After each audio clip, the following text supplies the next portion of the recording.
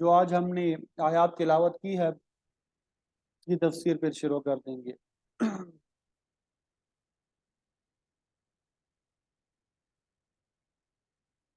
اللہ اکبر کبیرہ والحمد للہ کثیرہ۔ لہو دعوت الحق، لہو اس کی دعوت الحق، دعوت جو ہے برحق ہے۔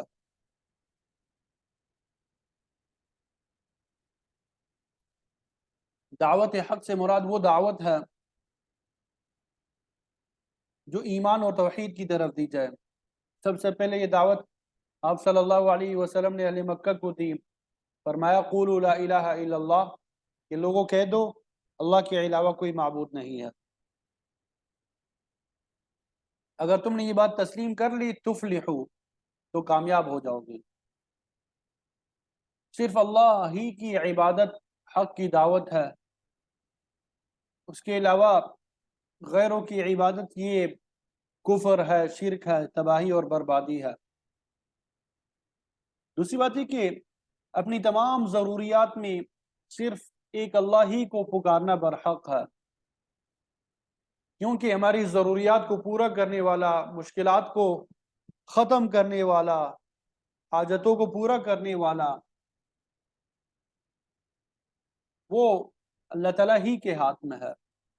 تو پکارنا بھی صرف اسی معبود کو جائز ہے۔ والذین یدعون من دونہ، جو لوگ اس کے علاوہ دوسروں کو پکارتے ہیں، غیروں کے آگے ہاتھ پھیلاتے ہیں، کفر اور شرک کا ارتکاب کرتے ہیں، لا یستجیبون لہم بشیء، وہ پکارنے والوں کو کوئی جواب نہیں دے سکتے، وہ پکارنے والوں کو کوئی جواب نہیں دے سکتے۔ اللہ کے علاوہ ما فوق الاسباب کوئی کسی کے کام نہیں آ سکتا، نہ کسی کے مشکل کو حل کر سکتا ہے۔ جس طرح پکارنے والا مخلوق ہے، اسی طرح جنات، فرشتے، پیغمبر، اولیاء، یہ بھی سب مخلوق ہے۔ قادر مطلق، مختار کل، علیم کل صرف اللہ تعالیٰ کی ذات ہے، وہی پکارنے کے لائق ذات ہے۔ اس کے علاوہ دوسروں کو پکارنے کے والے کی مثال ایسی ہے إِلَّا كَبَاسِطِ كَفَّيْهِ إِلَى الْمَاءِ لِيَبْلُغَ فَاهُ، جیسے کوئی شخص اپنے ہاتھ پانی کی طرف بڑھائے، إِلَّا كَبَاسِطِ كَفَّيْهِ، جیسے کہ کوئی شخص اپنا ہاتھ پانی کی طرف بڑھائے، لِيَبْلُغَ فَاهُ، تاکہ وہ اس کے منہ میں چلا جائے، وَمَا هُوَ بِبَالِغِهِ، حالانکہ وہ اس تک پہنچنے والا نہیں ہے۔ مطلب یہ ہے کہ کوئی شخص لاکھ آوازیں دے، پانی کی طرف ہاتھ بھی بڑھائے اور چاہے کہ پانی خود بخود اس کے منہ میں چلا جائے، ایسا نہیں ہوگا۔ جس طرح یہ ناممکن ہے، اسی طرح اللہ کے علاوہ کو پکارنا بھی یہ بیکار ہے، اس کی ضرورت اور حاجت کبھی پوری نہیں ہوگی۔ بعض مفسرین فرماتے ہیں کہ پانی کی طرف ہاتھ بڑھانے کا مطلب یہ ہے کہ آدمی پانی کو مٹھی میں پکڑنے کی کوشش کرے۔ جس طرح پانی مٹھی میں بند نہیں ہو سکتا، اسی طرح غیر اللہ سے حاجت پوری کروانے کے لیے منتظر رہنا یہ بھی ناممکن ہے، لیکن پہلا معنی زیادہ راجح ہے۔ حاجتوں کو پورا کرنا، مشکلات کو دور کرنا، یہ صرف اللہ تعالیٰ کی ذات سے ہی ممکن ہے۔ وما دعاء الکافرین الا فی ضلال، اور کافروں کی پکار گمراہی کے علاوہ کچھ نہیں ہے۔